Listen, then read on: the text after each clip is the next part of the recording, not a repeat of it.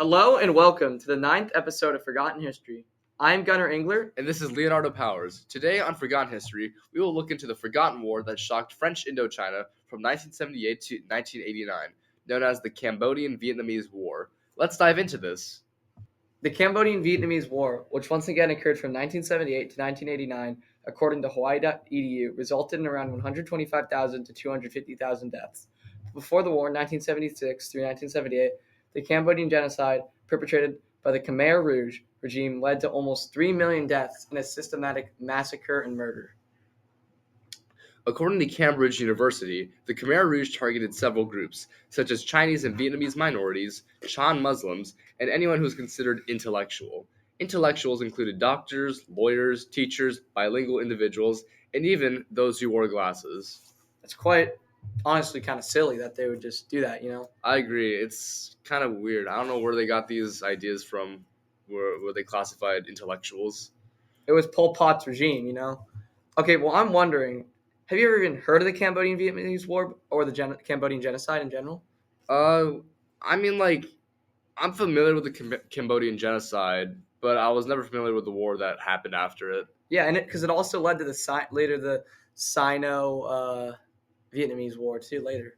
Really? Which was part of the war, yes. Okay. So China's going to invade Vietnam, which we will see later. So yeah, I think it's a very interesting topic. So you had something else to say? Not much.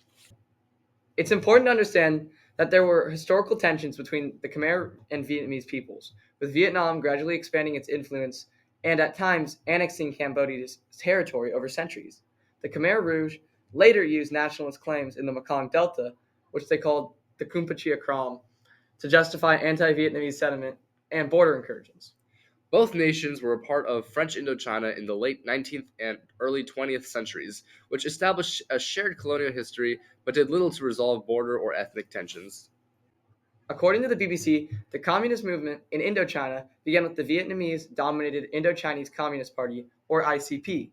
The Cambodian Communist Party, aka the Khmer Rouge, established the Vietnamese guidance, but the party leader Pol Pot and his inner circle grew to fear Vietnamese dominance and plans for an Indochinese federation. The diplomat states, from 1975 onwards, sporadic border clashes escalated into open warfare. The Khmer Rouge initiated major military attacks on Vietnamese territory and massacred Vietnamese civilians in border villages, such as the Ba Truc massacre in April 1978, where over 3,000 people were killed. In November 1978, Vietnam signed the Treaty of Friendship and Cooperation with the Soviet Union, securing military aid in case of a Chinese intervention in their country.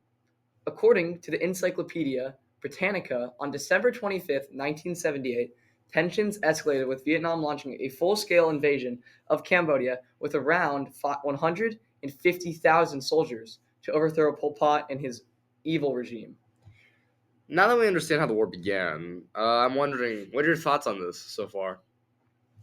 I think it's very interesting that China's going to want to ally with Cambodia. And we're going to see possibly even covert American aid to Cambodia, which I think is very crazy. It's kind of strange that America would aid Cambodia, considering that it was a communist regime. Yeah. I mean, they both had Vietnam was communist as well as this time, right? Yes, I think so. I think so. You're more familiar with the Vietnam War, as I know. I believe, yes. They established a later government. I'm aware that they've moved away from that, but I'm understanding that it's just very strange that China would back Cambodia, not Vietnam, which China backed Vietnam in the Vietnam War against the United States in South Vietnam. Yeah, that is true. So I think it's kind of crazy that they would decide one day just to change up like that. Britannica also states that on January 7th, 1979, Vietnamese forces captured the Cambodian capital of Phnom Penh, forcing Pol Pot and the Khmer Rouge to retreat to the Thai border. Later in February, China, an ally of the Khmer Rouge, launched an invasion into northern Vietnam, aka the Sino-Vietnamese War, as a response to the Vietnamese victory. From around 1979 through 1989, Vietnam occupied Cambodia for a decade, fighting a persistent guerrilla insurgency for the Khmer Rouge and other factions along the Thai border. In my opinion, I think this kind of reflects like a change-up, right? Because we had Vietnam being the underdog, North Vietnam being the underdog in the Vietnam War, obviously. Mm-hmm. America, the big power, assisting them. and now Vietnam's becoming kind of like the perpetrator. Yeah, I They're think it is interesting. I'm curious how it affected like other countries. I know Thailand, that's where like some fighting happened, but what about like Laos? yeah, stuff like that because they're very nearby. Yeah. So like it's kind of crazy that Vietnam's asserting so much dominance over Mhm. Indochina. Yeah. Though after the long occupation, Vietnam yielded to international pressure and economic struggles, leading to its military withdrawal from Cambodia in September 1989. On that of October 23rd, 1991, the Paris Peace Agreements were signed, establishing a United Nations-led transition to a multi-party constitutional monarchy in Cambodia.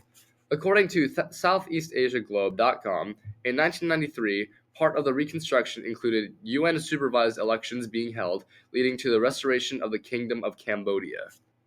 The war's destructive consequences led to 125,000 to 250,000 deaths in the conflict, long-term environmental damage to Cambodia, economic and social collapse, a massive refugee crisis, and then, according to the University of Minnesota, along with an additional 1.7 to 2.2 million deaths claimed by the previously mentioned Cambodian genocide. It was a truly awful and brutal war that resulted in trauma for so many who had experienced it. It's so crazy to me that this war is never really talked about here in the United States. In the Western world in general, Yeah, it's kind of crazy. I mean, I would have to agree, as it changed political and social tensions until the modern day in Indochina, really. I mean, any other thoughts?